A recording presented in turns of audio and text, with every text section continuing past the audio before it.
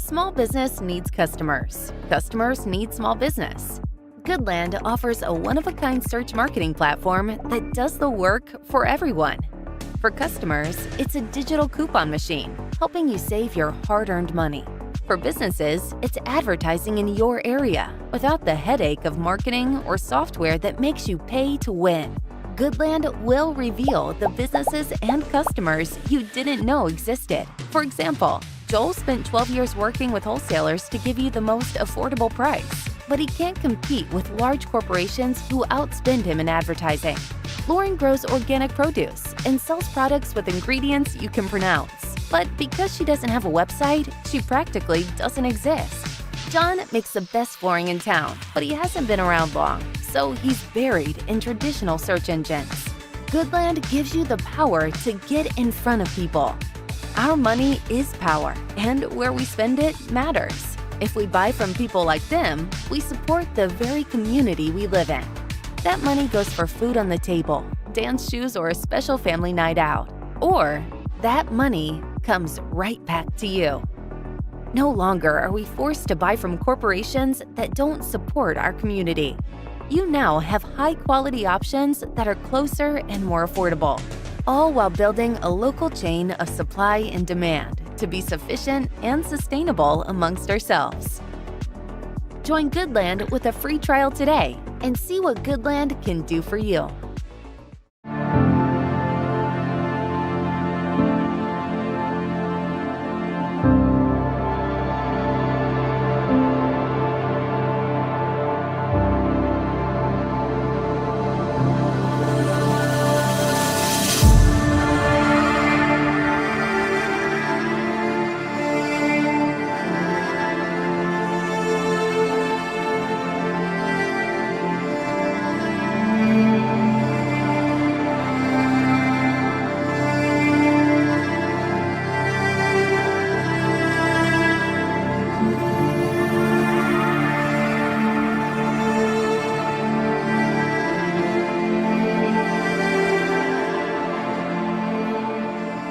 And I want to thank you for being here tonight. We're going to pick up part 18 in our Investigating Babylon series. Tonight, we're going to talk about Ball-top towers and in what role they play in this overall grand deception that leads to Mother Babylon. So thanks for being here. And we have a lot of people already in the chats. It's pretty amazing that there's so many people that are interested in this series. And my wife, she laughs. She's like, "This is my favorite series." And I'm just sitting there going, it's fascinating stuff. It can be fascinating stuff. And I hope that I'm portraying this information to you in a way that encourages you to know your Bible better and not just get, wrapped up in what's the enemy doing next, right? Because the whole point of knowing what the enemy is doing is seeing how the Father's going to counter it, or see how you in your life and your actions can counter it. So hopefully it becomes a point of inspiration to realize, okay, there is evil being perpetrated in this world. And the Father has already told us what this is and what this looks like. And so we're kind of breaking down the enemy, but at the same time, hopefully you guys are getting a better understanding of how to walk in the truth also as a result of this. So without further ado, guys, let us jump into our presentation tonight, because we're going to be talking about something I've mentioned many times as we've went over the last 17 parts of this presentation. And just as a refresher, there'll be 21 total parts to this presentation. But we've mentioned a few times, I think even as early as the first part, I started mentioning Ball-top towers because we were reviewing some in the background that you could see in Dubai as we were looking at different types of tall architecture and things like that that's being built around the world. But it's not just Dubai, it's everywhere. Absolutely everywhere. The Ball-top towers. It's pretty amazing, guys. Let's look at this is the presentation we've been doing. Okay, we're going over Mystery Babylon, or we're leading up to figuring out who is Mystery Babylon. And a lot of people have a lot of different theories and ideas. Hopefully, I'm building a very thorough, sound, scripturally accurate, historically accurate case to show you who are the players, who are the people. What is this reference in Scripture, both in Isaiah and Revelation, about Mystery Babylon? And how can we be confident in knowing what it's talking about? So this is what we're trying to do. I'm sorry. But we did 7 parts of this series on the past. We did 7 on the present. We did 7 on the future. Now, technically, or we're doing 7 on the future. Now, technically, this particular topic of ball top towers could have been put into the present because we're looking at present day architecture, but it's not just in the present day. It's actually also in the past. There's architecture in the past that also has ball top towers or a semblance thereof. And it alludes to something in the future. Now, the reason why I had to wait to almost the very end of this series to talk about this is because it has so much to do with what is revealed in the future from Mother Babylon. Okay, big introduction, but let's get into it. All over the world, guys, ball top towers. It's a huge thing. They're everywhere. This is oh man, this is one of the Petronas towers. I think it's in Malaysia. And this is it's a metal encasement around the actual top of the tower. A lot of people are they wonder, does it have some sort of communication property? Is it some sort of secret energy weapon? Honestly, guys, I'm gonna hate to burst your bubble, but when I show you what I'm gonna try to show and walk you through tonight, it doesn't have any advanced. There's no Tesla tech involved. We went over to the Vajra idea in part 2 of this series, and we talked about that. This is much more symbolic, not just in its placement, but in its meaning, and we'll get into it. So this is the Petronas towers, as you can see, 2 similarly built towers that both have these balls on top, or just the shape of a sphere on the top of them. Here's in China. I think this is in Shanghai. Huge, multiple spheres, 3 of them that you can easily see of this architectural overlook. And I actually look to the bottom right as well. I think I have these further on the slide as a bigger picture, but you can see these 2 spheres on the ground as well.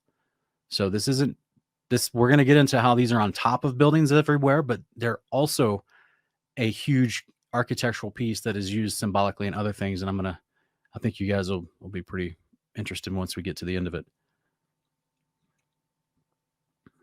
Here's another building in China with put up a sphere ball on the top of it. This is not a water tower. Many of these are decorative. Many of these are not observation towers. Many of these have no communication abilities built into them secretly by the state or even by local radio and TV companies. Many of these are simply decorative, and you'll see what I mean as we keep going. So here's another observation tower. I think this is actually in Ontario, Canada. Oh, no, wait. I can't remember where this particular one's from, but this one's in Ontario, Canada. This is in Dubai. This is one that we noticed in the background of one of our episodes in part 1. This is Dubai. This is at Mecca in Saudi Arabia. So this is a massive building, guys. This is what I think they call this the Kingdom Clock Tower or something like that. And it's actually got a jewel-encrusted sphere, blue sphere that's wrapped almost like a Russian Easter egg with nice gold around it. It's wrapped underneath this spire that leads up to the crescent moon of Islam. So this is at the top as well. So the point is, this is not even just cultural. This is not. I've already shown you Malaysia, China, Canada. This is Saudi Arabia, and this one's directly tied to their religion, because as we've been discussing throughout all this, it's all the same religion. They just have different maskings, different names throughout different cultures. This particular Kingdom Tower is massive. It's one of the biggest building structures in the world. It's as you can see, I think it's like 100 stories at the top, but so that means the other stories next to it are huge, like 50, 60 stories. It's massive. Here's a building in Detroit with the ball top on top. Now this one is put on top of a radio system. As you can see, they put cell towers all around it as well in recent years. Here's another one that's on like an observation tower. I believe this is in Dallas. Not a radio system. Decorative observation tower. Here's another one. Not an observatory. It's not a stellarium. It's not a telescope. It's just a decorative ball on top of a big building. This one is super creepy. This is in Riyadh. I believe it's Riyadh, Saudi Arabia. Not only is it encased in a sphere-like concept, kind of like we saw at the tips of the Vajras, but across the city is like another shaped building that if you line them up, it, it looks just like Lord of the Rings. It's wild. It looks just like Mount Doom and the Eye of Sauron. It's crazy. It's like they were fans of Tolkien or something and the architects decided to build this concept inside Riyadh, but people didn't know it. But point is, here's another decorative, non-observatory, enclosed, silver, goldish looking ball on top of a building. Now, this, guys, this is interesting. This is a new project that went up in Las Vegas recently. And this is it's a big movie theater, basically. And well, from what I understand, the outside of it has this screen ability where it can look like a TV screen. They can project stuff on the inside and on the outside of the screen, which is really crazy. All right, this is very interesting, guys. This is look how beautiful this well-designed and well-built city is. Any guesses in the live chat tonight? Any guess of what city this is that you're looking at? I doubt anyone will guess. I mean, I doubt anyone will guess it right. Oh, I know there's a small delay. I'll give it just 1 minute.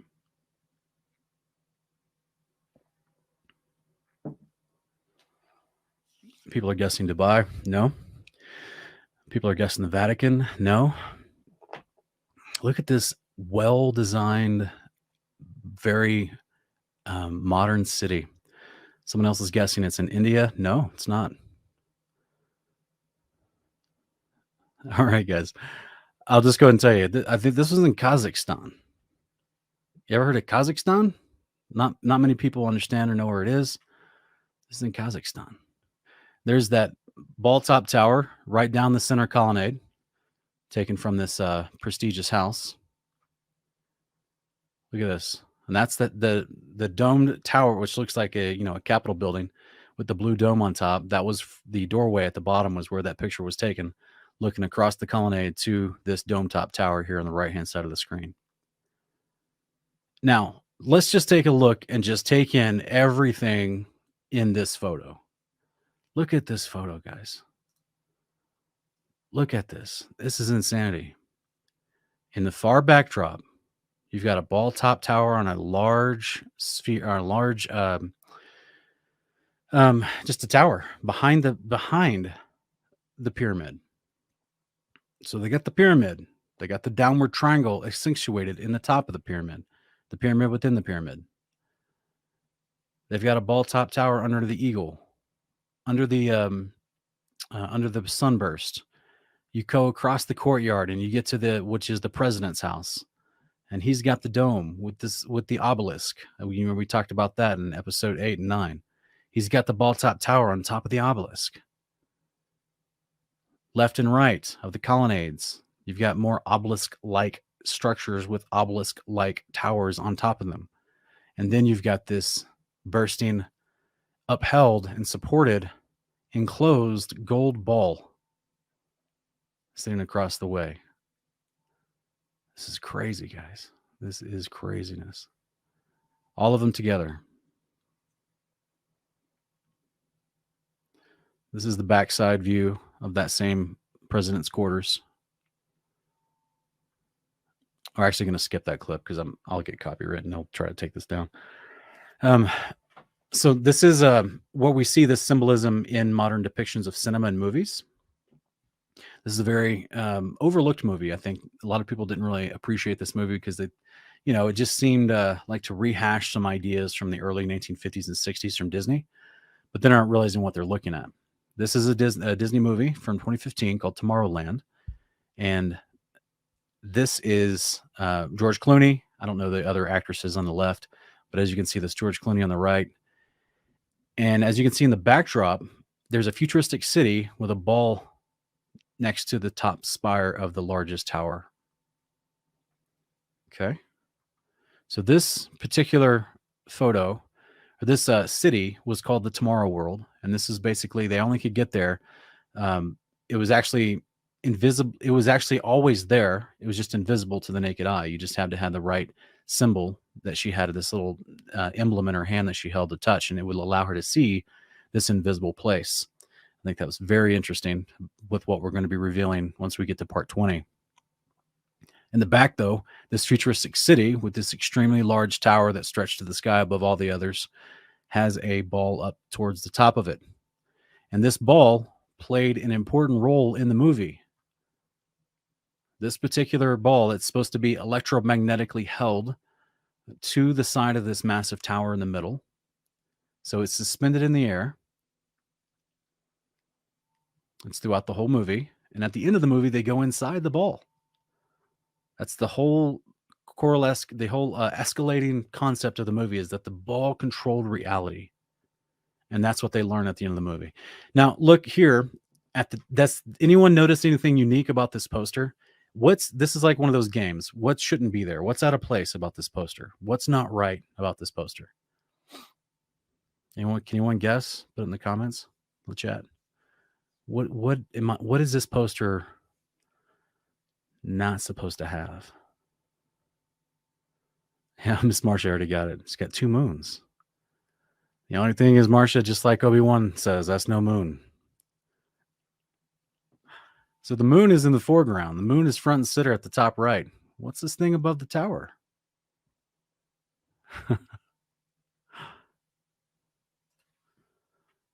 Here is the actual visual designer of the movie and his personal creations for the movie that were released online as he was being interviewed.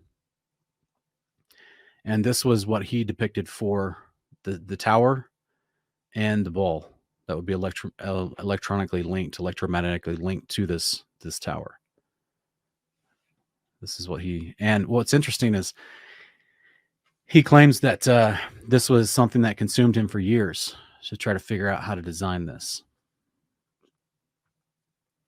So even in the photo stills that they're trying to promote the movie, because they want people to go buy tickets, so they're taking all these different shots of Clooney and then Photoshop it into different parts of the movie. It's in all of them, all the posters of the movie.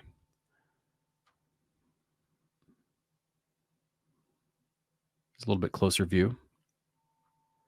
What's interesting is and look at this depiction, because this is similar to the artist depiction that we saw earlier. One of the images that wasn't released. This one right here. Hard to see from this angle, but the bottom of it you can see better as it has turned a little bit in this picture, and it actually looks like an eye. This here, we're going to talk about this towards the end. This is another one of the posters for the movie, and they've got the Tomorrowland, the circle being dramatized with what they call a space symbol, but there's something more to it, putting that ball in the center of the image. So back to Las Vegas. In Las Vegas, they have this arena, and this isn't the only one in the world. They're building other ones like these around the world, where you can see inside and out of it. Supposedly, you can see the external, can promote pictures and advertisements and things, and then inside of it's like a huge domed shape video screen, right? They'll have concerts. Totally immersed is what they call it. And I believe this is the one in London as well.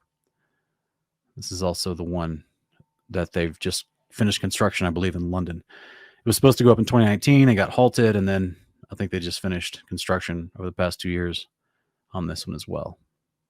That's why they keep showing these different ideas of it having the outside of it as a picture, like it's a video screen, because it's supposed to be like a big video screen. So here's in London's large architecture. Here's the sphere that we just saw on screen that is being, compared to with height. So it's a big arena. I think it holds like 13,000 people.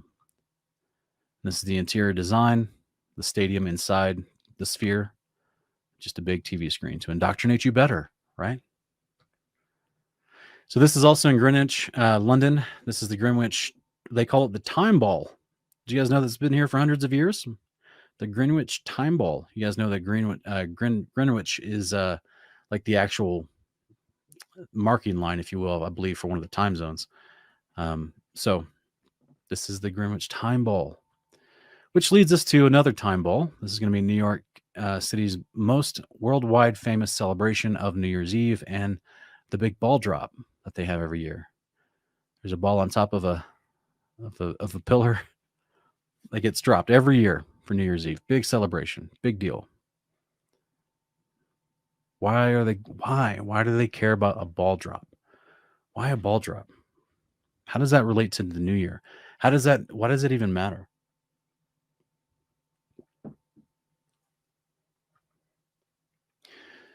Here's another architectural design of a sphere. I think this one's in Japan. Here is another one. I believe this one was in Italy. No, this was actually in Dubai. It's one of the conference centers in Dubai, another big sphere. This one is unique, guys. This is actually the Academy Awards Museum in Hollywood. Now, what's unique about this is not only is it a sphere design,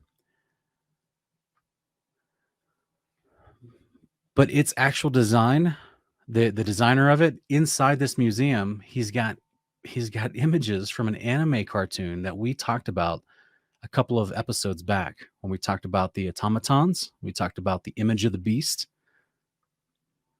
And we looked at this book, this famous book that became the ideas taken from Gulliver's Travels that was turned into an anime. I think it was 1984, about this young girl and a robot, and it's like an anime issue. She's a witch and she can fly to the city that has this robot, comes down from the city, and there's multiple robots in the city, this floating city.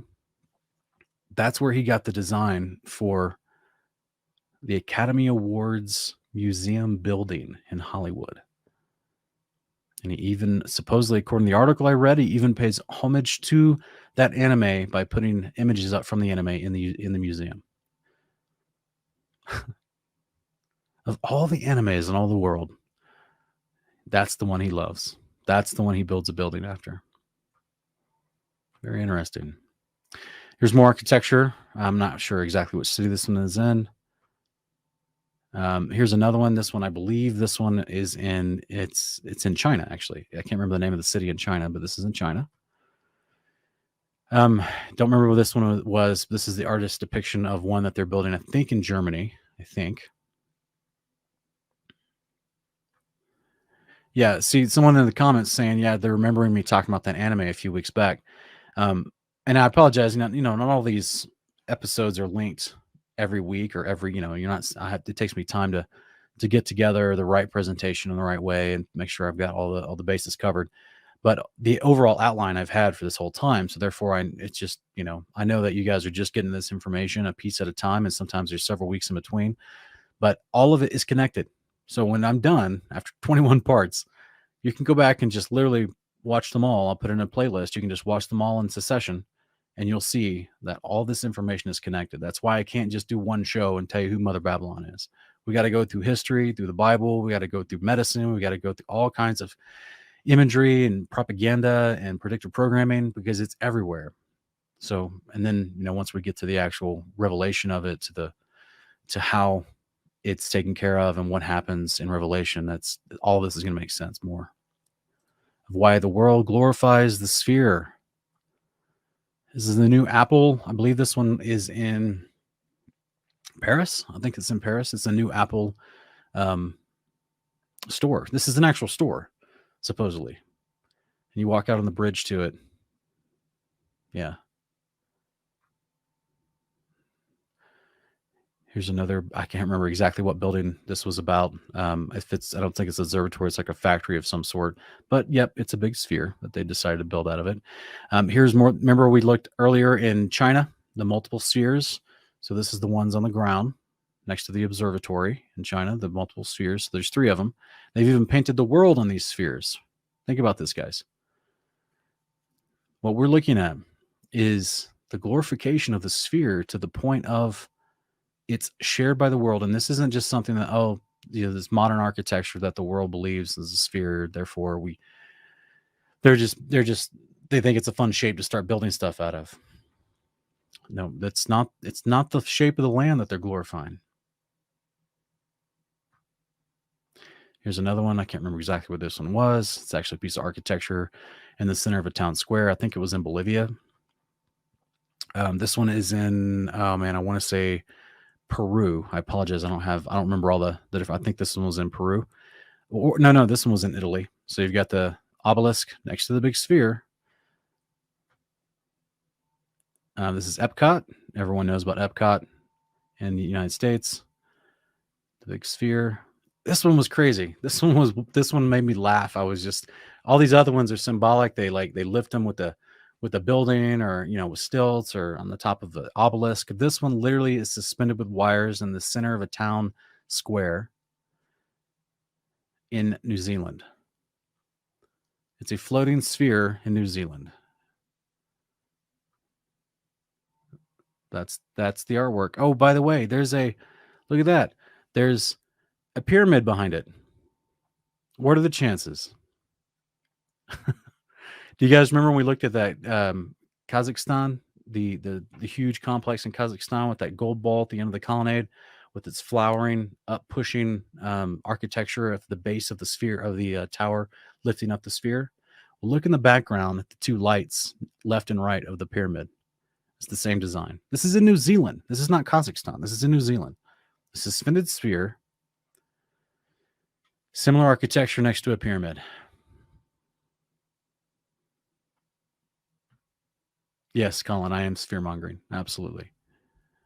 I'm trying to make you afraid of this sphere because it is a point of indoctrination, and they're putting in your face where the source of the indoctrination is coming from.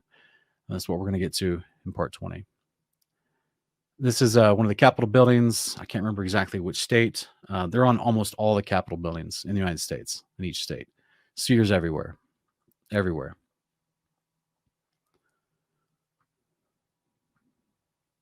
They're up there. This one's even decorative on left and right on multiple places, even the base sides of the steps.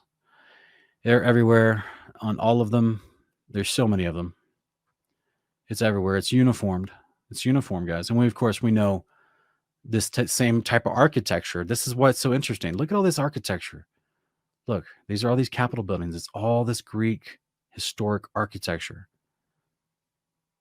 A lot of people will be like, well, some of that's Roman, guys. The Romans just took over the Greeks. The same architecture, same gods they worship. It's the same concept. Look at all this. No, I don't believe in Tartaria. No, I don't. I'm not. People can still build these today.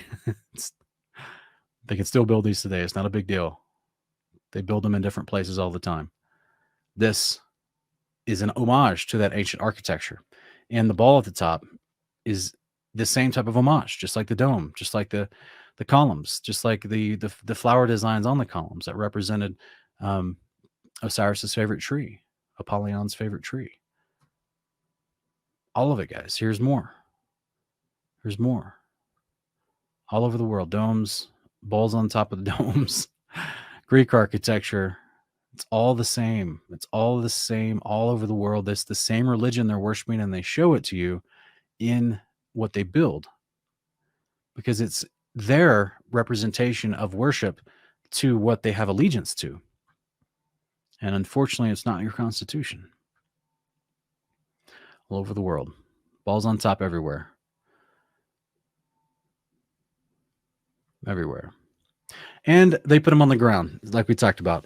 This one is, I think this one was out in front of the World Trade Center before it was destroyed. And I'll show it to you. They kept it. After it's destroyed, I'll show it to you. This one was a art piece that was celebrated in the late 1970s, early 80s in Chicago. People came out and took all these big pictures with it. Just big black ball, just a big sphere, just a big black sphere that they put out in front of the History Museum or the Art Museum in Chicago. Everyone thought it was a big deal. So cool. Got all this press. Just a big black sphere. Oh, here's another big black sphere where I used to live, in this town called Tulsa, Oklahoma. And I've actually seen this thing, and because I used to work downtown, and I thought it was super creepy. So if you can see here on the left-hand side, I'll move my screen off here so you can see on the left-hand side at the bottom. This is below what they call the Williams Tower. It's a 60-story building with this open courtyard out in the front where they have this statue of the sphere. And then, as you can see in the pictures, around the sphere are these statues of people that are made out of bronze, and there's different age groups and different male and female fathers, grandfathers, different ethnicities that are represented with these statues, and they're all facing the sphere in adulation and worship. They're facing the black globe in adulation and worship. It's super creepy. Super creepy, guys. I noticed it before I even understood what I'm sharing with you tonight. I noticed it back in the day.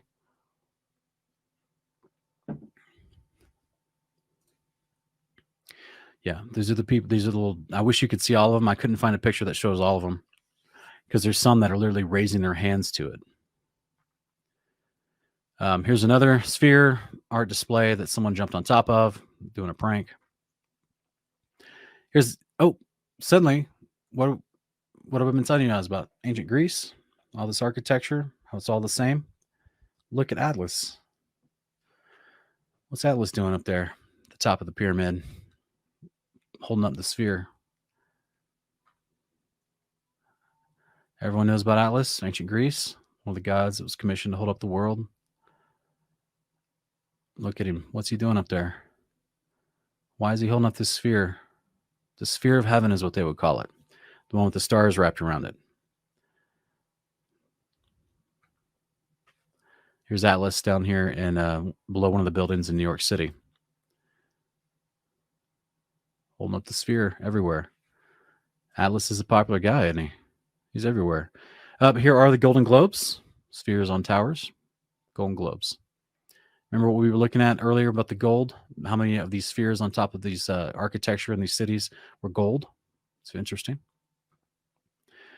Here's an old burial plot that someone put up for a Masonic lodge. You got the balls on top of the towers, the two towers, and the Masonic symbolism. So now we see that it's more than just similarity in architectural choice. We see it in history. We see it in what many people call modern history, the rise of the Freemasons. We see it in their artwork in the last 400 or 500 years. Here it is in more of their drawing boards, Masonic artwork. Here it is on one of their aprons, spheres on top of the pillars. And what's interesting, guys, I want you to notice real quick, they also have a sun and moon on the left-hand side of the sunburst in the middle. What's that sunburst in the middle? It's not the sun. Sun's on the left. Same thing with this. You get the spheres that one they call the sphere of the earth, one's the sphere of the heaven in their minds, what they're trying to say. Then they got the moon and the sun on each side with the eye coming down from above. Now look real quick, guys. Look at the eye coming down from above. Look at the rays coming out of the eye and not the sun. This is why they call it the all-seeing eye.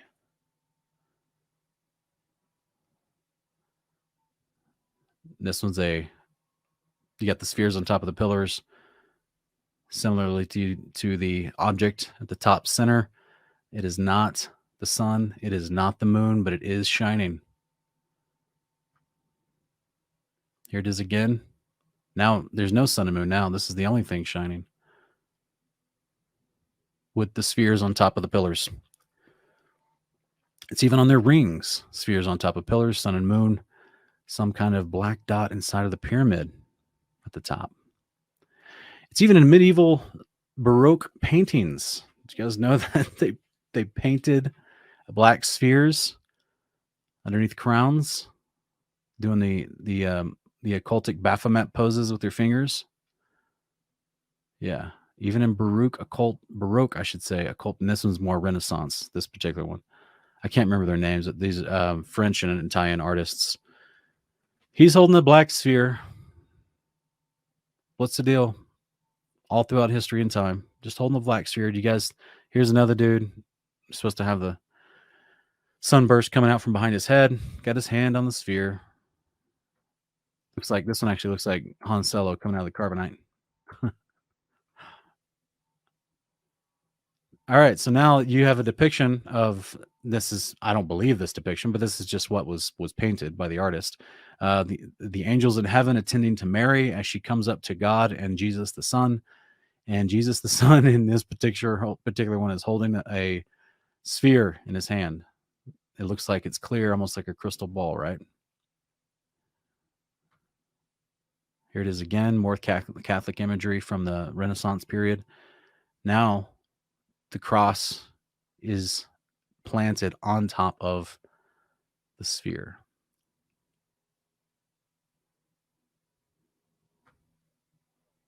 Here's a black sphere. Another painting. I can't remember this guy, the guy who painted it, but another depiction. They're basically just stealing Jesus's image and ideas and putting in their occultic nonsense like they always do. Here's another one. Oh, now he's got a huge wooden cross on it. Oh, but now here's a sphere on top of Ra's head.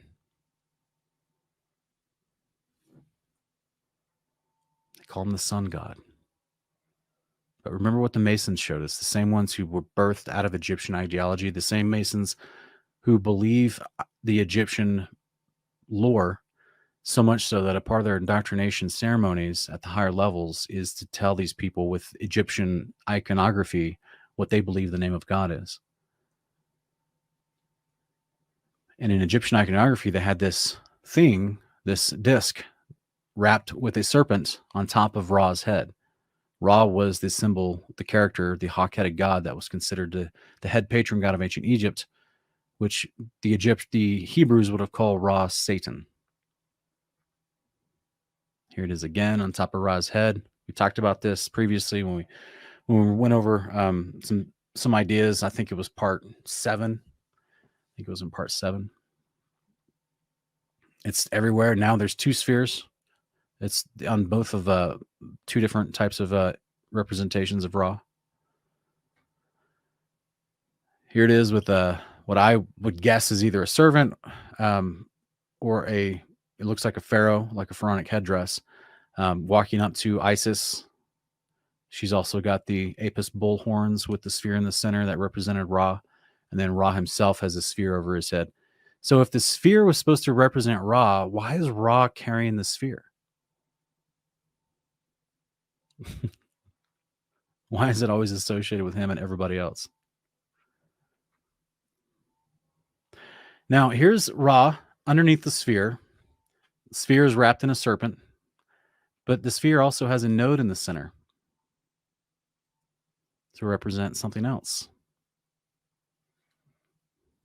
We're going to go in this much deeper in next episode as we review. We do our double header. We'll do part 19 and part 20 at the same time. And we'll be talking about the Eye of Ra and eclipses. And then we'll go into part 20 on the same night. I might take like a 10-minute break in between. And then we'll be talking about Mother Babylon, the Dragon's Lair, because I can't do those 2 separately. It's too much information. And it's, like I said, it's all the same information. But as far as that presentation style, like I can't just give you part 19 and leave you hanging. I have to talk about it all at the same time.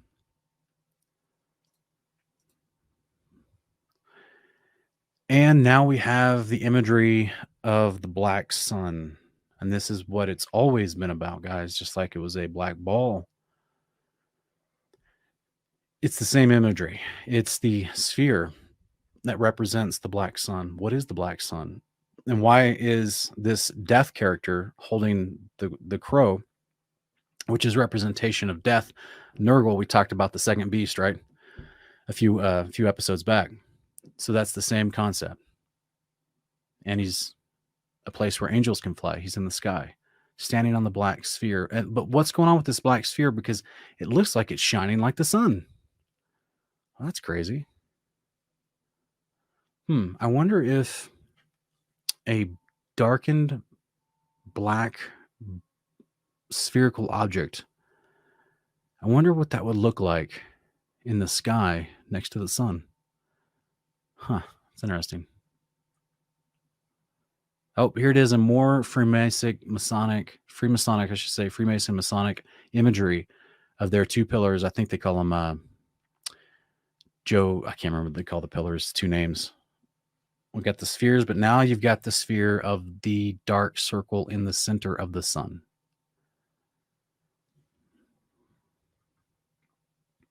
Here is German Aryan SS occult religious iconography, where they chose to put the black sun in the center of their crests, their insignia, their flags, and it is supposed to be the center apex of the design. It's the black sun, and there's even a black sun lodge. It's called the Black Sun Lodge, the Ordo Templi Orientis. I didn't say that right, but it's also an entire lodge dedicated to the black sun. It's pretty weird, huh? It seems like a lot of effort. Why would they do that? You guys remember I talked about at the base of the World Trade Center, there was a silver decorative ball. Well, before that ball was destroyed, this architectural sculpture was put up, and this, I believe, is in Japan. Not New York City, Japan. It's a big sphere that's been partially destroyed. Did you guys ever see Return of the Jedi Part 3? Return of the Jedi, Star Wars Part 3? Where the whole movie, the Death Star, is partially destroyed. It's actually partially built, but it looks like there's a big chunk taken out of it. Here's another same idea of what's supposed to represent a sphere with a highly internal mechanical structure that looks like it has a bunch of gears and cogs as a piece of artwork in Germany. That's weird. And here we have in New York City. They broken and destroyed. They cleaned it up. It's dented. I don't think it's destroyed. I think they just pulled out the actual one that matches the other ones around the world. They pulled out this artistic piece that looks like a machine that is a sphere itself. Do you guys remember when we talked about the image of the beast and we talked about certain movies? About how Darth Vader comes from a big sphere. About how on that movie, The Day the World Stood Still with Keanu Reeves, he's an alien that shows up in a big sphere, ominous looking sphere. And just for fun, guys, just so you don't think I'm just stretching, right? Just so you don't think I'm just pulling this stuff and stretching this.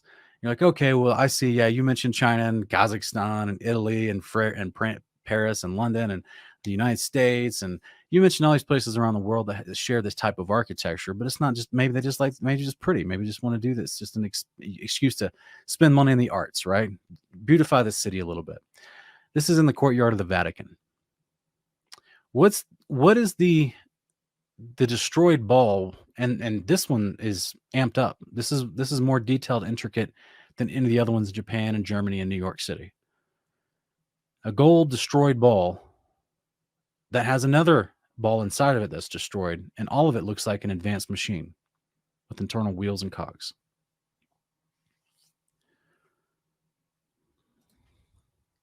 So we're going to go over in part 19, we're going to go over the Eye of Ra and eclipses. So this is going to be something that's going to wrap up this idea of the sphere that we see everywhere and why it's so important to the occult, what it matters to them, why they worship it. And then in part 20, we're going to look at Mother Babylon, which is the dragon's lair. And we're going to talk about identifying the actual home, if you will, of Satan. Where's he hanging out? Yes, I know a lot of people say, well, 1 Peter 2, he's like a roaring lion. It's roaming the earth, seeking whom he may devour. You think he just constantly walks around, never sleeps, never stops, never has a place where he just plans other things? Think he's just always on the go? No. Everyone has a home.